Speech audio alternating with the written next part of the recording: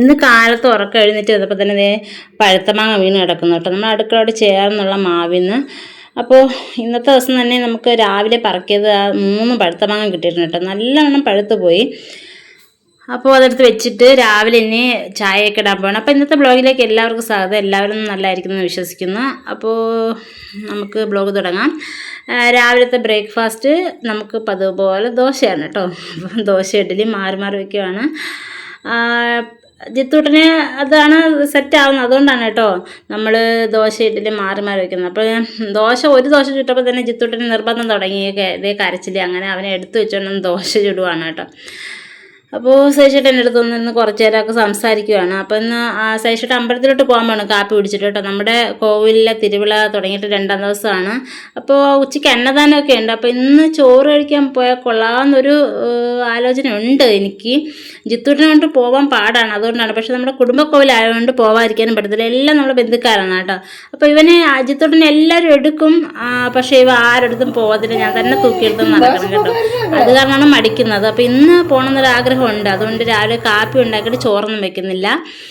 അങ്ങനെ പെട്ടെന്ന് എളുപ്പത്തിൽ നമ്മൾ ഇതേ ദോശയും ചട്നിയാണ് വെച്ചത്. അത് കഴിഞ്ഞിട്ട് നമ്മൾ നേരെ കുളിച്ചൊരുങ്ങി അമ്പലത്തിലോട്ട് പോകണം കേട്ടോ. അപ്പോൾ അമ്പലത്തിൽ 1 മണിയൊക്കെ കണ്ടിട്ടാണ് പോയത്, കാരണം തിരക്കായിരിക്കുമല്ലോ. അപ്പോൾ അത് വീടിനടുത്ത് തന്നെയാണ്. നമ്മുടെ വീട്ടിൽ ബാക്ക് വശത്തിൽ ഇറങ്ങുവാണെങ്കിൽ വയൽ കഴിഞ്ഞ് അപ്പുറത്ത് അമ്പലമാണ്. പക്ഷേ ചുറ്റി പോവുകയാണെങ്കിൽ നല്ല ദൂരമാണ് കേട്ടോ. നമ്മൾ ബൈക്കിലങ്ങ് പോയി. അപ്പോൾ ഇതാണ് അമ്പലം, കുഞ്ഞ് അമ്പലമാണ്, തമിഴ് ക്ഷേത്രമാണ്. അപ്പോൾ ചെന്നപ്പോൾ തന്നെ എല്ലാവരും ചോറെല്ലാം കഴിച്ചു കഴിഞ്ഞ്, നമ്മൾ തിരക്കൊന്നുമില്ലായിരുന്നു കേട്ടോ. അങ്ങനെ ഇതേ അന്നദാനം കഴിച്ചു. അന്നദാനം കഴിച്ചിട്ട് അവിടെ നിന്ന് ഇറങ്ങിയപ്പോൾ തന്നെ എല്ലാവരുമൊക്കെ പിരിഞ്ഞു പോയിരുന്ന ആൾക്കാരൊക്കെ കുറവായിരുന്നു. അപ്പോൾ അത് കഴിഞ്ഞിട്ട് ഒരു ഐസ്ക്രീം കുടിച്ചിട്ട് ഒരു സുഖമില്ലല്ലോ, നല്ല ചൂടുള്ള സമയമല്ലേ. അങ്ങനെ സൈഷേട്ടനും ഞാനും അഭികുട്ടനും എല്ലാവരും ഐസ്ക്രീം കുടിക്കുകയാണെങ്കിൽ അച്ഛനും പിന്നെ നമ്മുടെ ബന്ധുക്കാരൊക്കെയാണ് അവിടെ ഇരുന്ന് സംസാരിക്കുന്നുണ്ട്. ബാക്കി തിരക്കൊക്കെ ഒഴിഞ്ഞു കേട്ടോ. അങ്ങനെ കുറച്ച് നമ്മൾ അവിടെ ഇരുന്ന് ഐസ്ക്രീമൊക്കെ കഴിച്ചു, അവരോടൊക്കെ സംസാരിച്ചിട്ട് നേരെ നമ്മൾ അമ്പലത്തിനകത്തോട്ട് പോയി. ചെന്നപ്പോൾ തന്നെ തൊഴുതായിരുന്നു. പിന്നെ അപ്പോൾ അമ്പലം അടച്ചു കേട്ടോ, ഉച്ചയൊക്കെ ആയപ്പോൾ.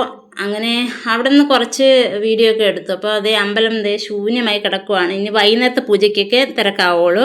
അപ്പോൾ കുഞ്ഞ് അമ്പലമാണെങ്കിൽ നല്ല ഭംഗിയാണ് കാണാൻ കേട്ടോ. കുഞ്ഞൊരു സ്റ്റേജൊക്കെ കെട്ടിയിട്ട് ചെറിയ ഉത്സവമാണ് കേട്ടോ. അപ്പോൾ അതേ അതിൻ്റെ അടുത്ത് അമ്പലത്തിനോട് ചേർന്ന് തന്നെ ഒരു പുഴയുണ്ട്.